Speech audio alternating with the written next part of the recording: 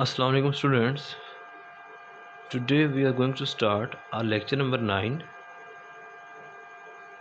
Physics 9th का chapter number 2 हम start कर चुके हैं और हमने लास्ट लेक्चर में पढ़ा अबाउट टाइप्स ऑफ मोशन। आज हम पढ़ेंगे about the difference between scalar and vector quantities. तो ये क्या होती हैं, स्केलर वेक्टर क्वांटिटीज़ क्या होती हैं। पेज नंबर आप लोग खोल लेंगे 33। डेफिनेशन है, लिखा हुआ हेडिंग है हमारे पास स्केलर्स, और पिंक ब्लॉक में इसकी डेफिनेशन है। A scalar quantity is described completely by its magnitude only। इसी जिसके ऊपर जो पैराग्राफ है उसकी सेकंड लास्ट लाइन है। Examples of scalars are mass, length, time, speed, volume. कोई भी आप 2-3 अपनी मर्जी से अंडरलाइन कर सकते हैं। फिर है जी नीचे वेक्टर्स, पिंक ब्लॉक में इसकी डेफिनेशन है। A vector quantity is described completely by its magnitude and direction. और इसके ऊपर जो पैराग्राफ है उसकी सेकंड लाइन है। Examples of vectors are velocity, displacement, force, momentum, torque etcetera. तो क्या होती है स्केलर और वेक्टर क्वांटिटीज? बहुत ही सिंपल है, कोई मुश्किल काम नहीं है। डेफिनेशन क्या है स्केलर क्वांटिटी की? A scalar quantity is described completely by its magnitude only. अगर हम एक ऐसी क्वांटिटी, एक ऐसी मिकदार कि जिसमें हम सिर्फ बता दें कि उसका मैग्नीट्यूड कितना है, कोई भी क्वांटिटी है उसका मैग्नीट्यूड कितना है, उसकी मिकदार कितनी है, तो हमें और कुछ बताने की ज़रूरत ही ना पड़े, डायरेक्शन वगैरह की रिक्वायरमेंट ना हो। फर्ज करें, मैं एग्जांपल से समझाता हूँ कि मैस है। मैस आपने अपना मैस फाइंड करवाया और आपका मैस आया 40 kg। तो आपको अगर किसी और को बताना है कि मेरा मैस 40 kg है, तो क्या आपको ये बताने की ज़रूरत पड़ेगी कि मैं जब राइट साइड पे खड़ा हुआ तो मैस 40 था, जब मैं लेफ़्ट पे हुआ तो मैस चेंज हो गया? ऐसा कभी भी नहीं होगा। जब मैंने ऊपर मुँह किया तो मैस और था, जब मैं इस तरफ हुआ तो मैस और हो गया। ऐसा कुछ भी नहीं होता। तो मैस आपको उतना ही रहेगा आप जिस भी डायरेक्शन में खड़े हो जाएँ। या दूसरे अल्फाज में, मैस को बताने के लिए आपको डायरेक्शन की रिक्वायरमेंट नहीं है कि आपको ये नहीं बताना पड़ेगा कि जब आप अपना मैस फाइंड करवा रहे थे तो आप किस डायरेक्शन में खड़े थे। जो भी डायरेक्शन आपकी हो, नॉर्थ, साउथ, ईस्ट, वेस्ट, जिस भी डायरेक्शन में आप खड़े हैं, आपको जो मैस होगा वो एक ही जैसा होगा। तो मैस एक स्केलर क्वांटिटी है क्योंकि इसको एक्सप्लेन करने के लिए आपको डायरेक्शन के बारे में बताना नहीं पड़ा। समझा क्या? फिर है जी लेंथ, लंबाई। लंबाई आप फ़र्ज़ करें किसी भी टेबल की मेजर करते हैं। अब ये हमारे पास है जी, फ़र्ज़ करें बोर्ड है, वाइट बोर्ड है, इसकी हम फ़र्ज़ करें लेंथ मेजर करते हैं। तो मैं लेंथ अगर फ़र्ज़ करें इस साइड में खड़ा हूँ, यहाँ से मेजर करूँ, या उधर जाके खड़ा हो जो उधर मेजर करूँ, इस साइड पे खड़ा होकर मेजर करूँ, तो मैं अपनी डायरेक्शन जो चेंज कर रहा हूँ तो क्या इस पे फ़र्क पड़ेगा? नहीं। दूसरे अल्फाज में फ़र्ज़ करें कि इसके हमारे पास लंबाई आती है 0.5 मीटर्स।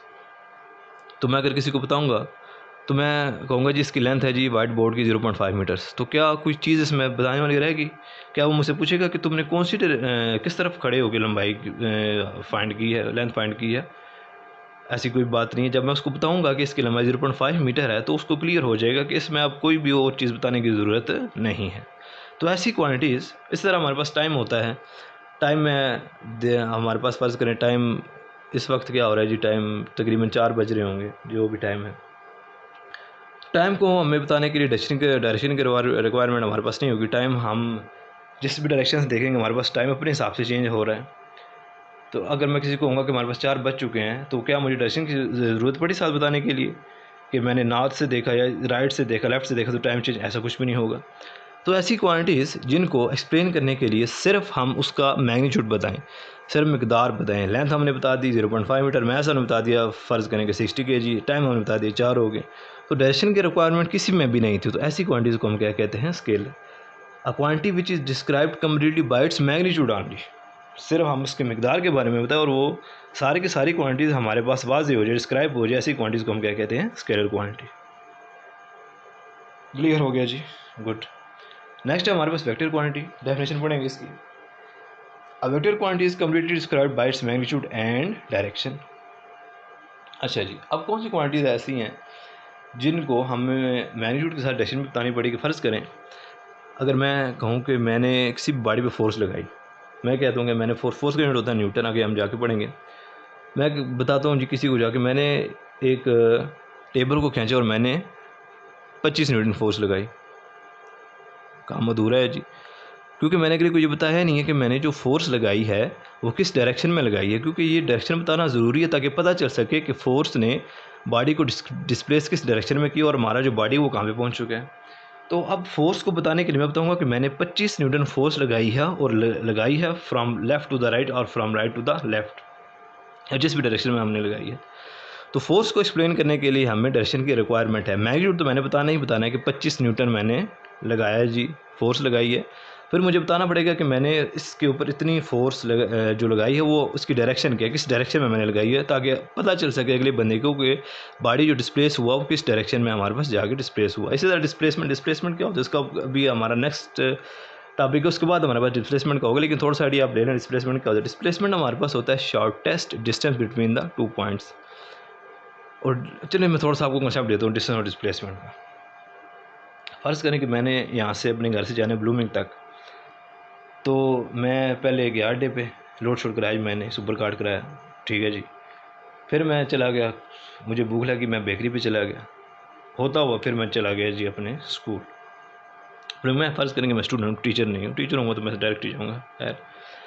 तो मैं चला गया जी, स्कूल पहुँच गया। अभी जो मैंने मेरी जो डेस्टिनेशन थी वो तो मेरा स्कूल ही था, और जो मेरा ओरिजिन था वो मेरा घर ही था, ठीक है। मैं पहुंचा तो स्कूल ही, लेकिन मैंने क्या कि मैं पहले इजी लोड वाली शॉप पे गया, फिर बेकरी पे गया, फिर मैं जाके पहुंचा अपने उधर स्कूल पहुंचे। तो डायरेक्शन की कोई ज़रूरत नहीं है, मुझे किसी को बताने की ज़रूरत नहीं, क्योंकि मैं डिस्टेंस कवर कर रहा हूँ। लेकिन अगर मैं अपने घर से निकला और डायरेक्ट चला गया ब्लूमिंग में, तो अब मुझे डायरेक्शन अपनी जो है वो मुतय्यन करनी पड़ेगी, क्योंकि जो डिस्प्लेसमेंट होता है वो शॉर्टेस्ट वे होता है। तो शॉर्टेस्ट वे में मुझे अपनी डायरेक्शन की रिक्वायरमेंट होगी। तो जो डिस्प्लेसमेंट है वो हमारे पास कौन सी क्वांटिटी होती है, एक वेक्टर क्वांटिटी होती है, क्योंकि डिस्प्लेसमेंट शॉर्टेस्ट डिस्टेंस होता है। शॉर्टेस्ट डिस्टेंस तभी हो सकता है जब आपकी कोई ना कोई स्पेसिफाइड डायरेक्शन हो। तो डिस्प्लेसमेंट हो गया, फोर्स हो गया, इस तरह की क्वांटिटीज़ को जिनको बताने के लिए हमें उनके मैग्नीट्यूड के साथ साथ डायरेक्शन के बारे में भी बताना पड़े, ऐसी क्वांटिटीज़ को हम कहते हैं वेक्टर क्वांटिटीज़। इसके बाद जो हमारा टॉपिक है उसमें हमने छोटा सा टॉपिक है, उसमें हमने पढ़ना है कि हम वेक्टर्स को रिप्रेजेंट कैसे करते हैं। फिर हमारा जो है main topic speed, velocity, acceleration से रिलेटेड स्टार्ट हो जाएगा, जो कि हम चलो उसके बाद डिस्कस करेंगे। तो अभी हम स्टार्ट करने जा रहे हैं कि जो वेक्टर क्वांटिटीज़ है उसको स्केलर से डिफरेंशिएट करने के लिए हम क्या करते हैं, हम उनको कैसे रिप्रेजेंट करते हैं जी। तो वेक्टर क्वांटिटीज़ को स्केलर से अलग करने के लिए ज़रूरी है कि हम इसकी रिप्रेजेंटेशन को डिफाइन करते हैं। तो वेक्टर क्वांटिटीज़ हम कोई एग्जांपल लेते हैं, फ़र्ज़ करें कि हमारे पास फोर्स है, एक्सेलरेशन है, डिस्प्लेसमेंट है, कुछ भी है, तो उनकी जो हमारे पास सिंबल है, फ़र्ज़ करें हम फोर्स की एग्जांपल लेते हैं, वो हमारे पास फोर्स को हम रिप्रेजेंट करते हैं कैपिटल एफ से। तो अगर हम इस वेक्टर क्वांटिटी को रिप्रेजेंट करें तो ये जो एफ है हम इसको बोल्ड कर देंगे, डार्क कर देंगे इस तरह, जो कि ये शो करेगा कि ये जो हमारे पास क्वांटिटी है ये कौन सी क्वांटिटी है, ये एक वेक्टर क्वांटिटी है। या हम ये जो एफ है इसको लिखेंगे और इसके ऊपर एक एरो हेड डाल देंगे, एक लाइन डाल के आगे एरो हेड डाल देंगे, या हम एफ ही लिखेंगे उसके ऊपर एक बार डाल देंगे। तो ये तीन तरीके हम हमारे पास जिससे हम रिप्रेजेंट कर सकते हैं कि हमारे पास ये कौन सी क्वांटिटी है, वेक्टर क्वांटिटी है। इस तरह जो हमारे पास एक्सेलरेशन हम स्मॉल से रिप्रेजेंट करते सिंबल होता है इसका, तो हम इसको क्या कर देंगे, बोल्ड कर देंगे, बोल्ड, ये शो करेगा ये वेक्टर क्वांटिटी है। या हमने इसके ऊपर लाइन लगा के आगे एयर हेड लगा दिया, या हमने उसके ऊपर बार लगा दी। तो ये रिप्रेजेंट करने का तरीका वेक्टर्स का बाय सिम्बॉलिकली हमारे पास इसको हम इस तरह रिप्रेजेंट कर सकते हैं। और इसी तरह अगर फ़र्ज़ करें स्केलर क्वांटिटीज़ हमारे पास आ गई, स्केलर क्वांटिटी हमारे पास फ़र्ज़ करें टाइम हो तो हम सिंपल ये लिख देंगे टी, मैथ है तो हम सिंपल क्या लिख देंगे एम, ठीक है जी। लेंथ तो हम सिंपल क्या लिख देंगे एल लिख देंगे। तो इनको ना हमने बोल्ड करना है, ना हमने इसके ऊपर कोई एरो हेड वगैरह लगाना है, ना हमने कोई बाहर लगाना है, क्योंकि हमारे पास इसमें कोई डायरेक्शन की रिक्वायरमेंट वगैरह ही होती नहीं है। तो वेक्टर्स को रिप्रेजेंट करने के लिए हमारे पास तीन तरीके हैं। सिम्बॉलिकली अभी हम बात करें, ग्राफिकली बात नहीं कर रहे। तो सिम्बॉलिकली हमने उस लेटर को क्या कर देना है, सिंबल को, उस वेक्टर क्वांटिटी के सिंबल को क्या कर देना है, बोल्ड कर देना है, गहरा कर देना, डार्क कर देना है, या उसके ऊपर हमने एक एरो हेड लगा देना है लाइन लगा के, या हमने उसके ऊपर एक बार लगा दी है, जो कि ये शो करेगा ये जो क्वांटिटी लिखी गई है ये एक वेक्टर क्वांटिटी है। और फिर अगर आ जाए कभी सवाल कि आप एक वेक्टर क्वांटिटी को सिम्बॉलिकली रिप्रेजेंट करें तो फिर हम कैसे करेंगे। एग्जांपल से मैं आपको समझाऊंगा। पेज नंबर है आपका 34। अभी मैंने आपको जो बात बताई है वो है representation of vectors. Second line से आपने इसको अंडरलाइन करना था, बोल्ड लेटर जहाँ पे लिखा हुआ है, बोल्ड लेटर, इसके बाद आपने लिखना है आर यूज्ड टू 2 काट के लिखना, are use to represent vector quantity such as FAD, ये देखें बोर्ड में लिखा हुआ है, और a bar or arrow over their symbol such as FAD bar or FAD ऊपर एरो हमारे पास डला हुआ है। अब जो इसका सेकंड पैराग्राफ है, दूसरा पैराग्राफ, उसमें हमारे पास लिखा हुआ graphically a vector can be represented by line segment with an arrow head, underline कर लें, फिर एक लाइन छोड़ के, 1.5 लाइन छोड़ के, the length of the line gives the magnitude of the vector, 2-3 line छोड़ के, फिर while the direction of the arrow head, खुद लिखना है आपने, direction of the arrow head gives the direction of the vector.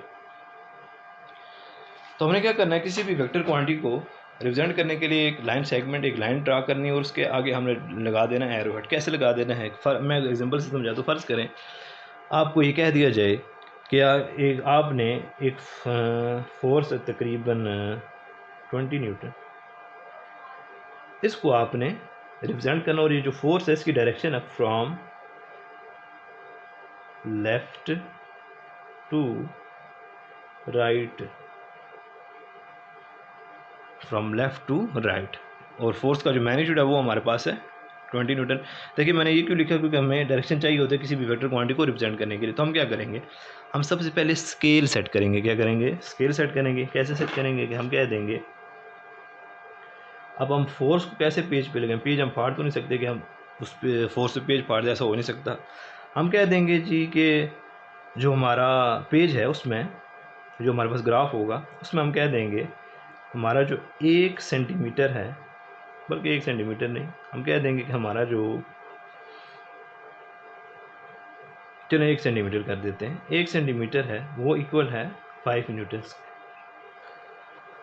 हम कहेंगे कि हमारा जो 1 सेंटीमीटर जो मैं ड्रा करूँगा उस पेज पे, उस ग्राफ पे, वो इक्वल होगा 5 न्यूटन के। तो मैंने 20 न्यूटन बनाना है, तो हम मुझे कितने सेंटीमीटर की लाइन ड्रा करनी पड़ेगी, 4 सेंटीमीटर्स की, obviously 4 5 20।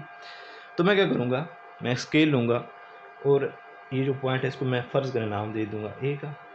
From left to the right है तो मैं 4 सेंटीमीटर की लाइन इधर लगा दूँगा, ठीक है जी, मुझे हमारा सर्कुलर पॉइंट बी है। और अब इसकी चूँकि डायरेक्शन थी from left to the right, तो आखिर में जाके मैंने क्या लगा देना है, एरो हेड। अब इस केस में ये जो लाइन सेगमेंट है इसकी जो लेंथ है वो हमारे पास किसके बारे में बताएगी, about the magnitude of the vector quantity. कैसे पता चलेगा, जब मैं इसको मेयर करूंगा कि ये हमारे पास होगी 4 सेंटीमीटर, और यहाँ पे कह दिया गया है कि 1 सेंटीमीटर 5 न्यूटन के इक्वल है, तो 4 को मैं 5 तरफ दूंगा तो मुझे पता चल जाएगा कि जो लाइन हमारे पास ड्रा की गई है उसका हमारे पास मैग्नीट्यूड कितना है फोर्स के लिहाज से, 20 न्यूटन। और ये जो एरो हेड है वो किधर है, from left to the right. ये मैं बता देगा कि जो फोर्स लग रही है बॉडी पे उसकी डायरेक्शन है from left to the right. तो इस तरह हम किसी भी वेक्टर क्वांटिटी को रिप्रेजेंट कर सकते हैं। Thank you ji.